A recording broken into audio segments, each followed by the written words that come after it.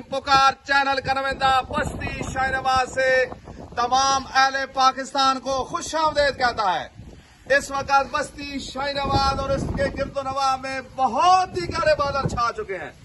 बादल जो है मुकम्मल तौर पर बस्ती शाहीनवाज और उसके गिरदोनवा को लपेट में ले रखा है।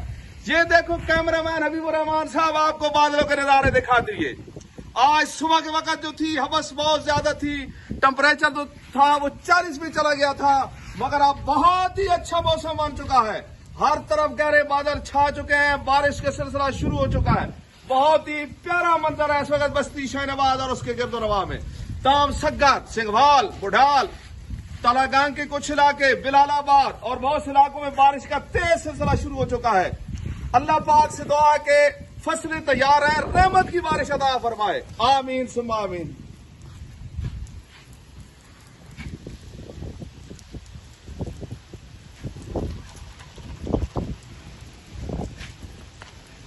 है और